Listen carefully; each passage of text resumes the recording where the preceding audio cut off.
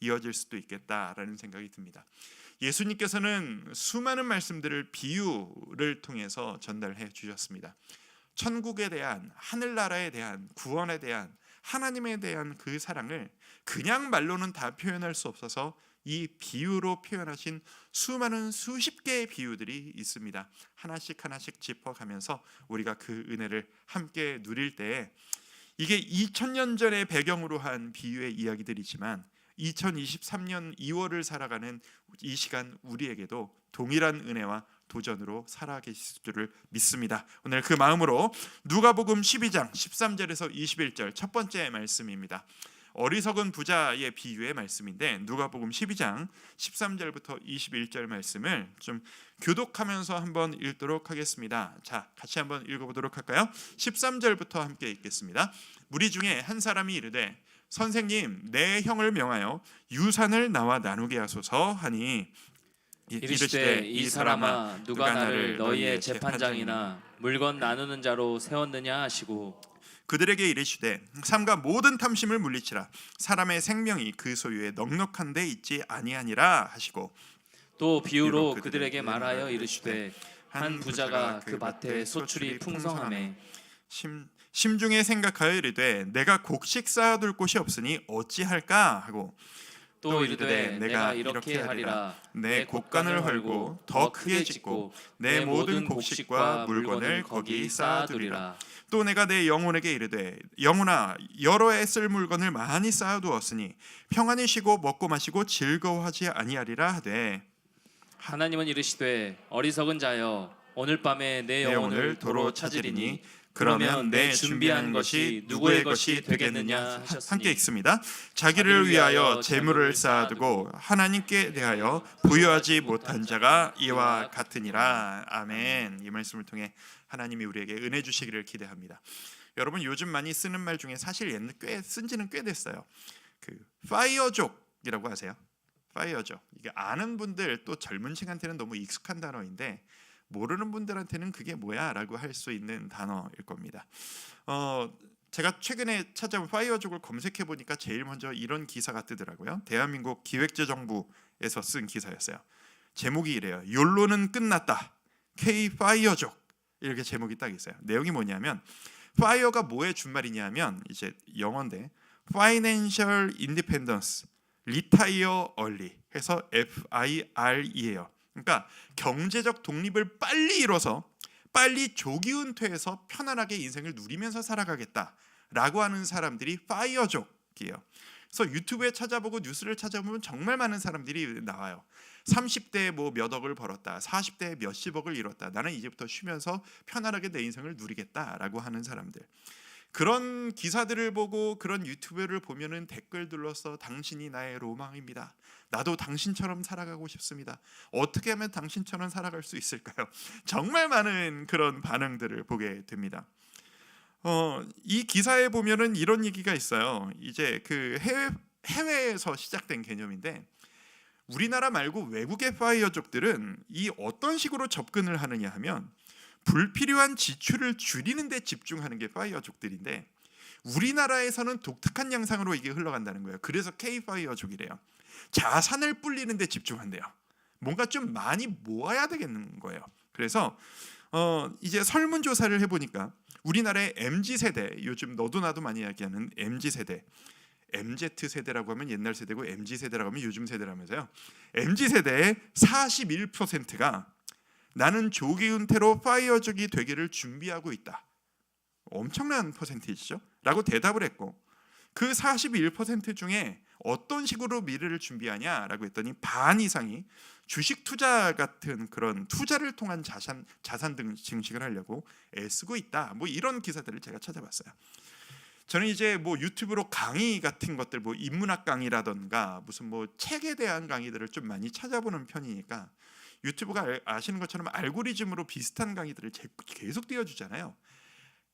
유명한 강사들, 강의하는 사람들에 대한 강의가 계속 뜨는데, 그 강사들이 어떤 강의를 했나를 쭉 찾아보면 진짜 요즘 강의 사이트의 절대적인 다수가 이 투자, 재정적으로 어떻게 미래를 준비할 것인가, 어떤 준비가 되어져야 나는 미래를 편안하게 살 수 있을 것인가? 노후 자산 대비 뭐 이런 거가 비율이 정말로 많아요. 정말로 많아요.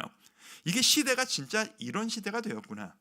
하다못해 책 읽는 것도 책도 이제는 기능이 되어서 첫 책 몇백 권 읽고 몇백억 벌었다. 뭐 이런 것들이 정말 많아요. 요즘 청년들이 젊은 세대들이 관심사가 여기 있는 게 분명하구나 라는 생각을 하게 됐습니다. 그런데 말입니다. 여기서부터가 우리의 이게 본론 아니겠습니까? 그런데 세상 사람들이 다 그걸 추구한다고 해서 우리도 거기에 곁눈질을 하는 것이 옳으냐에 대해서는 우리에겐 고민이 필요합니다. 그리스도인이란 태생적으로 세상과는 다른 길을 가기로 결단하는 사람들이 바로 그리스도인들 아니겠습니까? 이런 식으로 너도 나도 모두가 이걸 준비하고 있어. 그럼 나도 이걸 준비하지 않으면 도태될지 몰라. 불안해지기 전에 나도 노력해서 이걸 하자. 하나님 저에게도 이걸 준비시켜 주세요. 라고 이야기를 할 때 거기에서 그게 진짜 맞아? 라고 질문을 던질 수 있는 사람. 그게 반드시 해야만 하는 가치인 게 맞아? 라는 질문을 할 수 있는 사람이 바로 그리스도인이어야 한다라고 저는 믿습니다. 오해하지 마실 것은 저는 지금 뭐 재정 투자나 미래를 위한 준비가 잘못이라고 말하는 게 아니에요. 절대로 아니에요. 같은 행동을 하더라도 그것을 대비하는 나의 마음이 얼만큼 거기에 쏟아져 있느냐에 따라 나의 행동은 옳은 행동이 되기도 하고 위험한 행동이 되기도 합니다. 미래를 준비하고 자산을 증식시키는 것이 그냥 나의 수단일 뿐이야, 도전일 뿐이야, 하지만 없어도 상관없어가 아니라 이게 없으면 내 인생은 큰일 나. 이게 내 모든 인생을 걸어야 될 가치야. 라고 생각한다면 이건 재고의 가치가 있습니다. 그게 성경적으로 옳은가를 우리는 고민해야만 할 것입니다. 마태복음 7장 13, 14절 말씀을 제가 한번 읽어드려요. 내일 큐티 본문에 나오는 이야기예요. 자, 좁은 문으로 들어가라. 멸망으로 인도하는 문은 크고 그 길이 넓어 그리로 들어가는 자가 많고 14절 생명으로 인도하는 문은 좁고 길이 협착하여 찾는 자가 적음이라. 무슨 얘기입니까? 너도 나도 다 가고 싶어하는 길일수록 생명의 길이 아닐 가능성이 높다라고 예수님이 지금 말씀하고 계신 겁니다. 세상 모두가 가고 싶어하는 길, 세상 모든 사람이 추구하는 길, 그 길의 진리의 길과 얼마나 겹쳐져 있을 것인가. 벌써부터 여러분들의 표정이 약간 애매해지기 시작하는 것을 저는 보고 있습니다. 왜냐하면 이 문제가 결코 우리에게 자유로운 문제가 아니라는 것을 알고 있기 때문입니다. 자, 오늘 제가 여러분과 함께 읽었던 이 오늘 비유의 말씀, 이 가르침이 누구를 향해 예수님께서 하시는 말씀인지를 먼저 한번 짚고 가도록 하겠습니다. 오늘 본문의 맨 마지막 절 21절을 보시면 이 말씀이 누구를 향한 말씀인지 예수님은 직접 말씀하십니다. 같이 한번 읽어볼까요? 자기를 위하여 시작. 자기를 위하여 재물을 쌓아두고 하나님께 대하여 부유하지 못한 자가 이와 같으니라. 그러니까 지금 이 이야기는요, 제가 지금부터 할 이 예수님의 비유 이야기는 지금 내 생활은 여유롭지 못한데 하나님께 조금 더 많이 드려야 하는 것 아닌가라고 하는 부담을 가지고 있는 분들을 향한 이야기가 아닙니다. 하나님께 많이 드리면 많이 드릴수록 더 많은 것으로 나에게 채워주시겠지? 라고 하는 하나님을 향한 투자 같은 개념으로 헌금하시는 분들을 향한 얘기도 아닙니다. 이 이야기는 내 마음의 중심이 어디에 있느냐 라는 것에 대한 이야기입니다. 나의 만족과 즐거움을 위해서 재물을 모으기 위해 노력하고 거기에 매여 있는 삶, 나의 삶의 중심이 미래를 위한 준비, 재정, 물질을 통해서 나의 평안을 준비하겠다 라고 거기 그 가치에 매여 있는 삶, 바로 그것을 지적하고 계신 겁니다. 성도 여러분, 만에 하나라도 편하게 해드리기 위해서 제가 오늘 헌금하라 얘기하지 않을 거예요. 걱정하지 마세요. 여러분의 삶의 중심에 대해서 오늘 저는 얘기할 겁니다. 저는 거기에 관심이 있습니다. 지금 여러분의 표정이 그러다시피 이 설교를 하면서 재정, 물질에 대해 이야기를 꺼내려고 하면 항상 어느 정도의 불편함과 개운하지 못한 그 주저하는 마음이 저에게도 있습니다.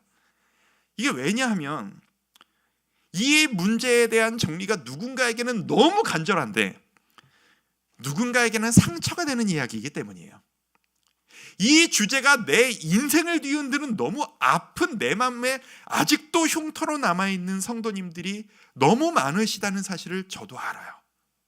그렇기 때문에 이 이야기를, 그런 아픔을 겪어보지도 않은 사람들이 쉽게 이래야지 저래야지라고 말한다는 것이 얼마나 조심스러운 일인지 저도 알고 있습니다. 게다가 이런 말씀을 가지고 적용을 할 때 저도 그런 말씀을 들었던 기억이 나거든요.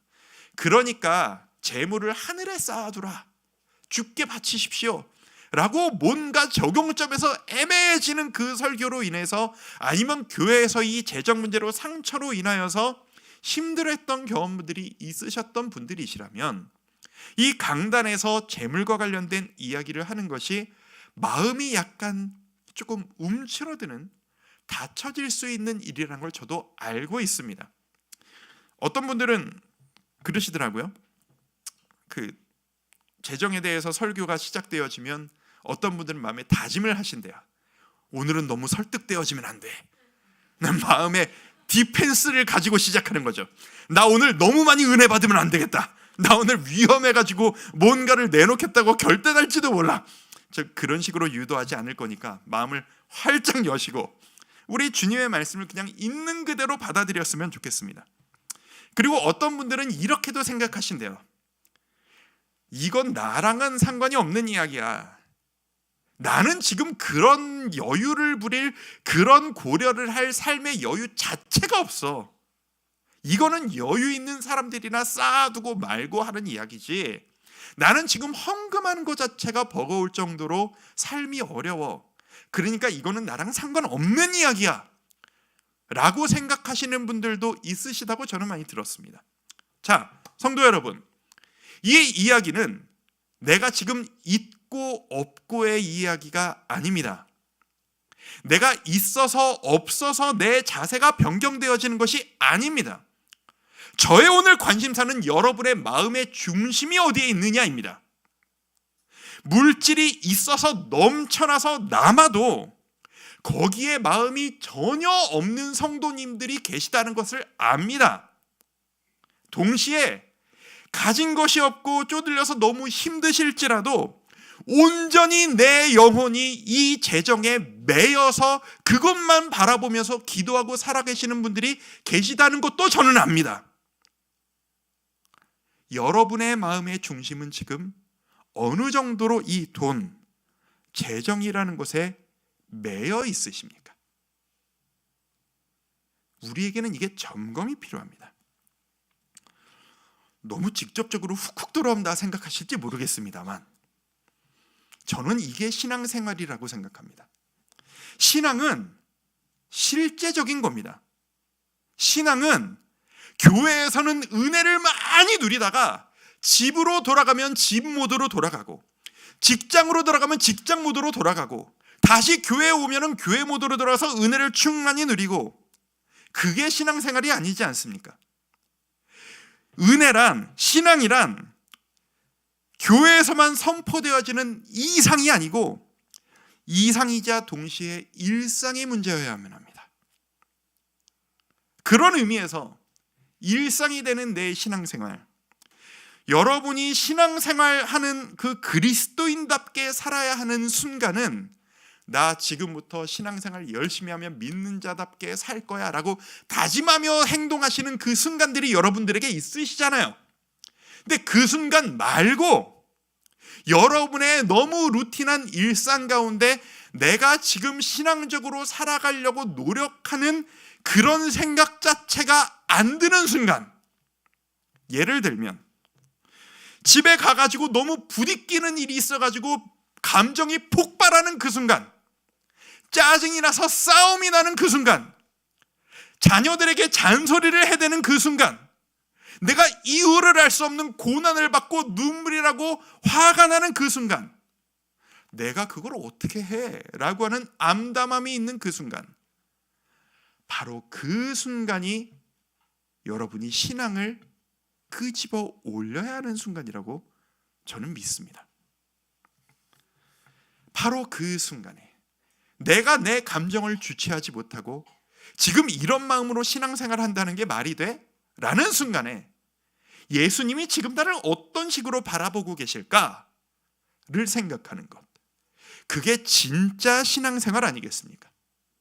이것에 실패하고 있기 때문에 신앙인들이 비난을 당하고 있는 것 아니겠습니까? 오늘 얘기는 간단합니다. 예수님께서 말씀을 전하시고 있는 중에 한 사람이 예수님께 나와서 부탁을 합니다. 그 부탁이 뭐냐면 이런 거예요. 선생님, 지금 예수님께서 이 가르침이 너무 권위가 있고 모든 말씀들이 능력이 있고 모든 것들이 막 해결되다 보니까 자기의 고민들을 예수님 앞에 가져와서 막 터놓기 시작하는 거예요. 이 사람이 이야기합니다. 선생님, 제 형이 아버지의 유산을 저랑 공정하게 나누기를 거부합니다. 억울해가지고 잠이 안 옵니다. 왜 우리 형은 저에게 유산을 나눠주려고 하지 않는 걸까요? 사실 이거를 파고 들어가 보면 단순한 이야기는 아닙니다만 그냥 간단하게 그렇게 표현을 할게요. 제 형이 아무리 얘기해도 요지부동입니다. 선생님이 좀 해결해 주십시오 라고 예수님한테 부탁을 하는 겁니다. 예수님은 마음의 중심을 꿰뚫어 보는 분이시잖아요. 지금 이 시간 내가 아무리 신앙인인 척 기도 열심히 해도 내 마음의 중심이 어디에 있는지 다 뚫어보시는 분들이 예수님입니다. 이 시간에도 그랬습니다. 이 사람이 유산을 정당하게 공정하게 나누어 줄 수 있도록 도와주세요 라고 이야기하지만 그 마음의 중심에 탐심이 있음을 보셨습니다. 이 오늘 15절에 보시면 이 사람에게 탐심을 물리치라 라고 선포하셨거든요. 예수님이 말씀하십니다. 14절 말씀인데요. 12장 14절 말씀 같이 한번 읽어볼까요? 이르시되 시작. 이 사람아 누가 나를 너희의 재판장이나 물건 나누는 자로 세웠느냐 하시고, 자 뭐라고요? 이 사람아 누가 나를 너희의 재판장이나 물건 나누는 자로 세웠느냐. 이게 무슨 말이냐 하면 풀어서 설명해 드리면 이런 거예요. 얘야, 사랑하는 아들아, 나는 지금 너에게 구원을 이야기하고 나는 지금 너에게 하나님의 나라를 이야기하고 나는 너의 생명을 살리기를 원하고 나는 너의 삶이 변화되어지기를 원하는 마음으로 말씀을 전하고 있는데 너는 지금 나에게 나아와서 제일 먼저 구하고 도와달라고 한다는 것이 구원도 아니고 하나님의 사랑도 아니고 주님이 주시는 평안도 아니고 재산도 나눠달라는 이야기냐? 그게 너에게 제일 중요한 문제인 것이냐? 넌 지금 재산에 매여 있는 것이냐? 지금 네 마음의 중심은 어디에 있느냐 이 녀석아? 라고 꾸짖으시는 겁니다. 성도 여러분, 이건 오늘날의 우리의 마음을 쿡 찌르는 예수님의 질문입니다. 네 마음의 중심이 어디에 있느냐? 네 마음을 가장 강하게 붙잡고 있는 것은 무엇이냐? 성도 여러분, 무엇에 지금 가장 매여 있으십니까? 뭐라고 생각하십니까? 답을 찾는 방법을 알려드릴까요? 오늘 기도하셨습니까? 오늘 교회 오셔서 기도하셨습니까? 어떤 기도를 제일 먼저 입에 올리셨고 어떤 기도를 가장 많이 하셨습니까?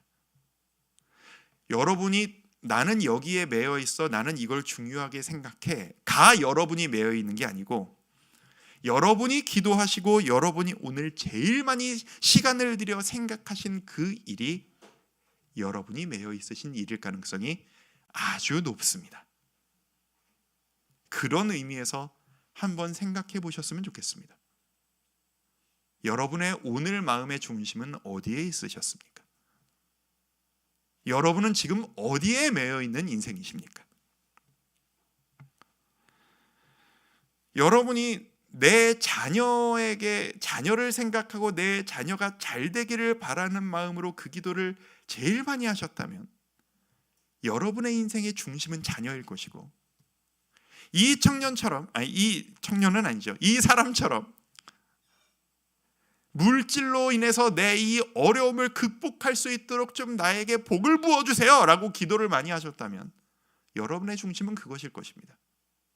만약 오늘 여러분이 기도하시면서 나의 능력 없음을 기도하셨다면 여러분의 능력과 인정받고 싶은 마음이 여러분의 중심일 것이고, 관계의 깨어짐과 상처로 인한 아픔이 여러분의 기도 제목이었다면 여러분은 지금 상처에 매여 있으신 분이실 것입니다. 그런 의미에서 오늘 이 말씀은 우리 모두에게 다른 의미로 다가옵니다. 이게 재정의 이야기일 수도 있고, 자식에 대한 이야기일 수도 있으며, 미래에 대한 이야기일 수도 있고, 평안에 대한 이야기일 수도 있고, 상처에 대한 이야기일 수도 있습니다. 그 사람에게 들려주시려고, 그리고 그 자리에 있는 모든 사람들에게 이야기하시려고 예수님이 비유로 이야기를 시작하십니다. 풀어서 설명해드리면 이런 이야기입니다. 한 부자가 엄청나게 농사를 잘 지어서 엄청난 곡식을 수확했다.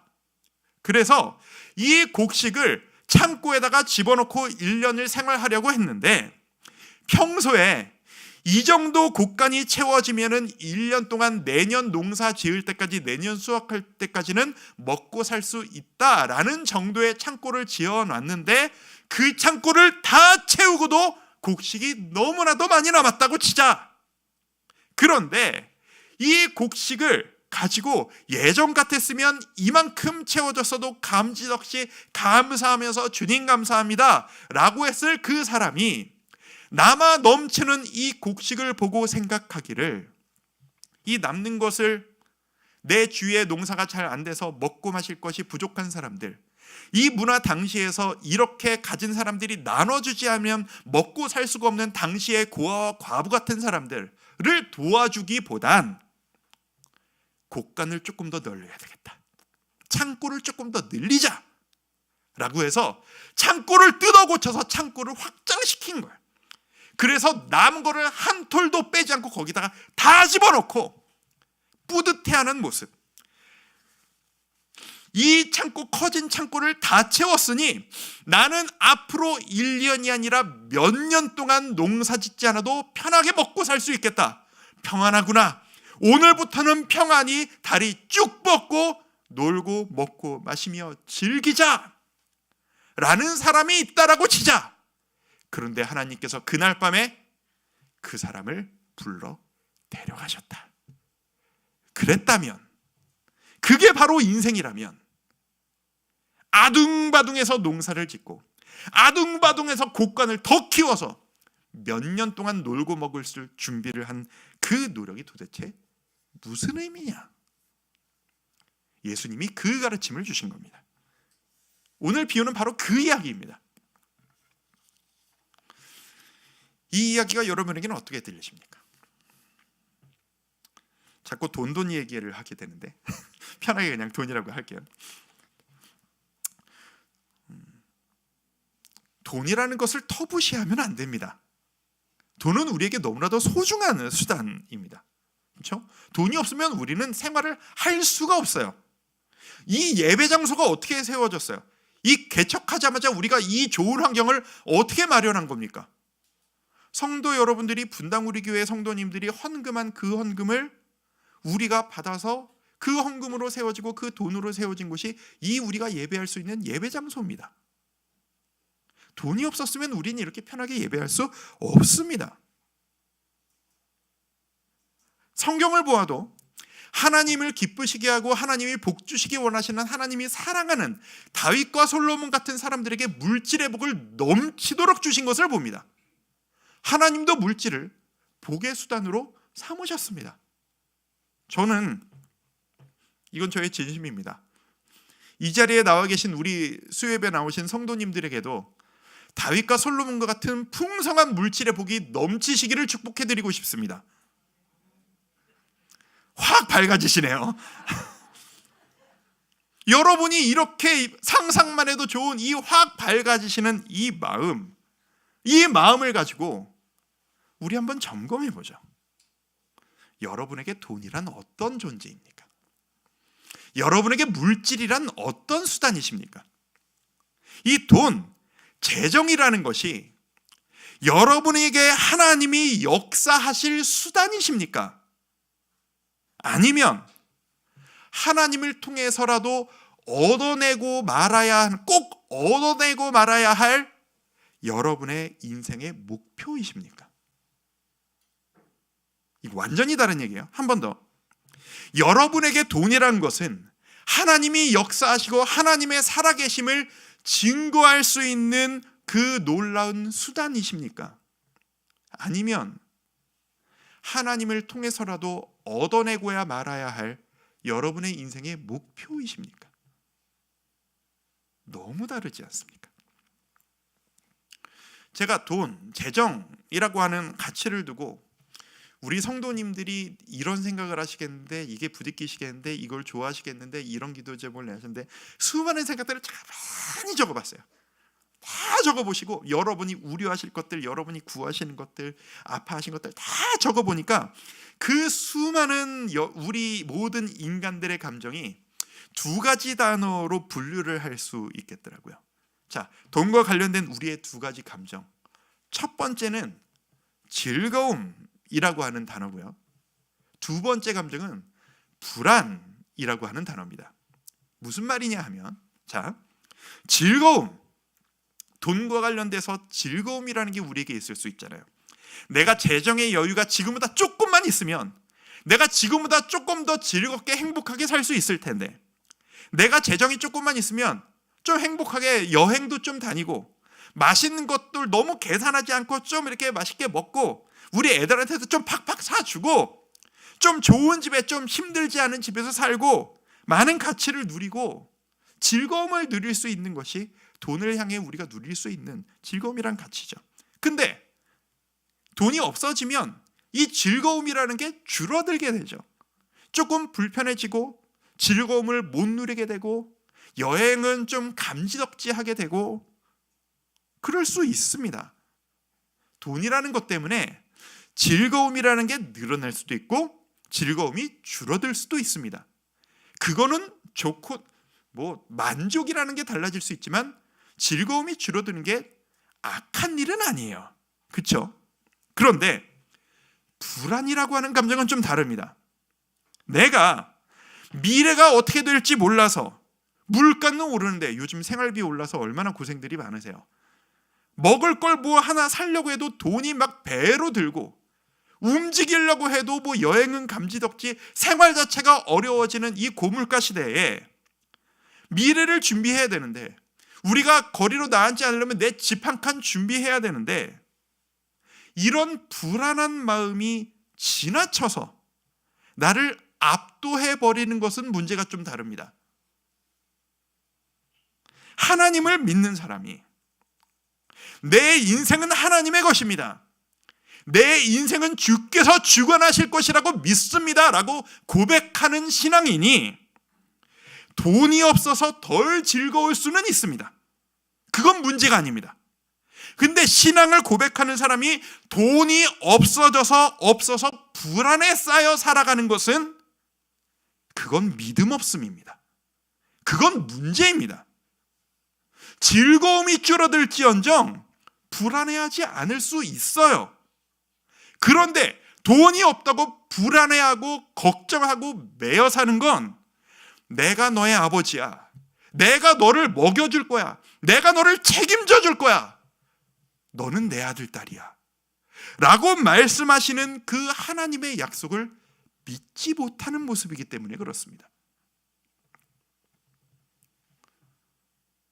제가 이재철 목사님의 설교를 자주 찾아 듣는 편인데 이재철 목사님께서 어디 집회를 가셔서 설교를 하신 그 내용을 들으면서 정말 큰 도전을 한번 받아서 제가 적어놓았던 내용이 있습니다.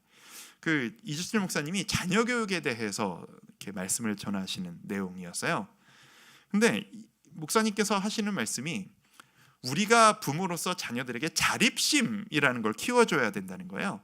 그게 우리가 부모들이 해줘야 될 정말 중요한 가치다. 몇 가지를 얘기하셨는데 그 중에 하나였는데, 근데 이 자립심을 키워주자라고 하는 이 이야기가 보통 우리가 이야기하는 자립심의 의미와는 좀 다른 거예요. 자립심이란 게 뭐냐? 수입에 맞춰서 삶의 터전과 삶의 지출을 조절할 수 있는 능력, 그게 자립심이라는 거예요. 그러니까 자립이라는 것은 이게 내가 어디에서 살고 어떤 집에서 살고 이 정도는 누리면서 살아야 돼를 먼저 정해놔버리고 그만큼을 벌기 위해서 노력해서 그만큼 수입을 끄집어낼 수 있는 능력이 자립심이 아니고, 현실이 그렇지가 않으니까, 그건 불가능한 일이니까 하나님이 오늘 나에게 허락하신 것, 내가 노력해서 노력한 만큼 얻은 이 수입에 맞춰서 수입이 적으면 집을 옮기고 조금 싼 집으로 옮기고 좁은 곳으로 줄이고 조금 덜 먹고 싼 거 먹으면서 그렇게 누리면서 살아가면 되는 거지. 나는 다 정해놓고 자립이 안 돼요, 엄마 도와주세요, 아빠 도와주세요 라고 손 벌리는 부모를 만드는 것은 자녀 교육이 아니다. 정말 공감을 했습니다. 정말 공감을 했습니다.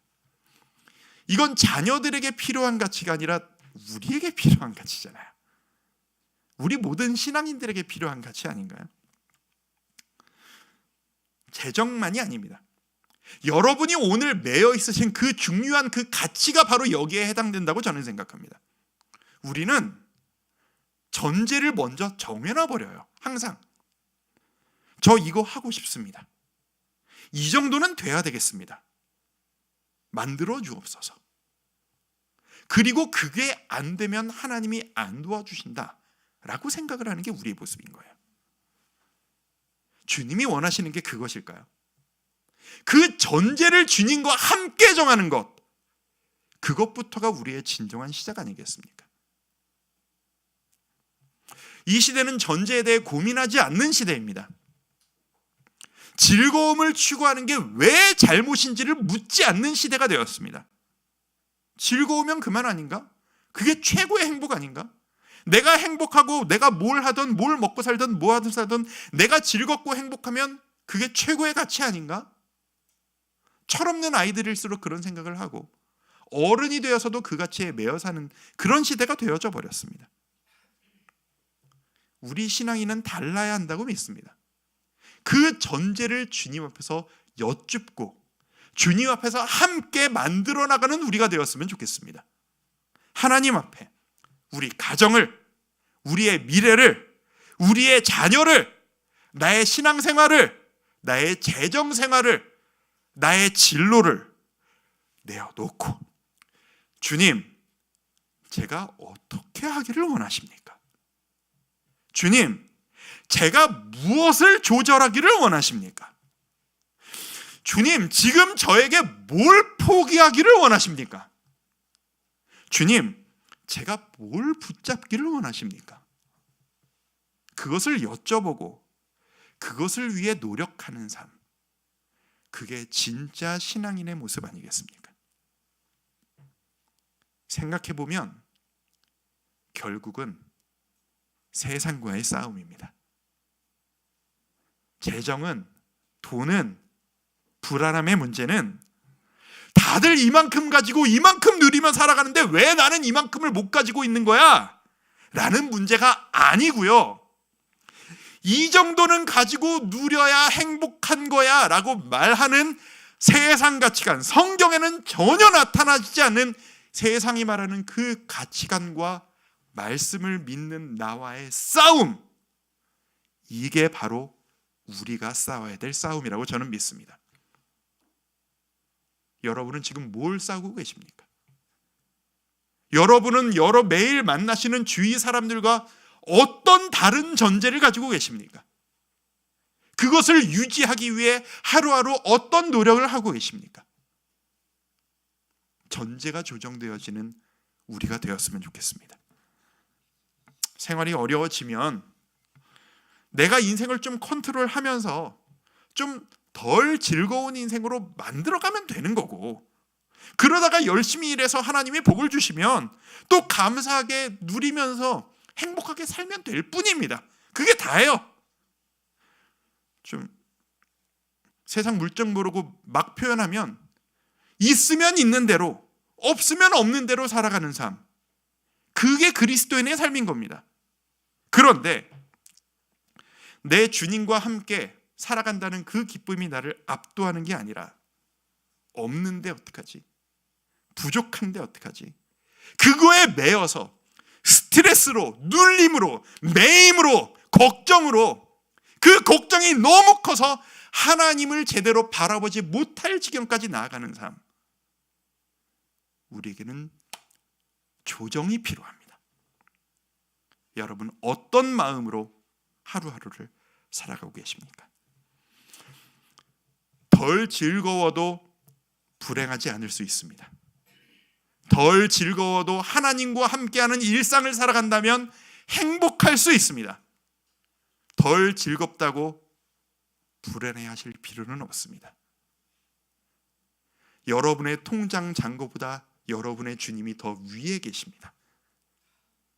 주님께서 우리의 통장 잔고 위에서 좀 부족해졌구나, 좀 어렵겠네, 힘내자, 우리 이번 달 좀 한번 노력해보자, 조금 조절하고 포기하면 되지 않겠니?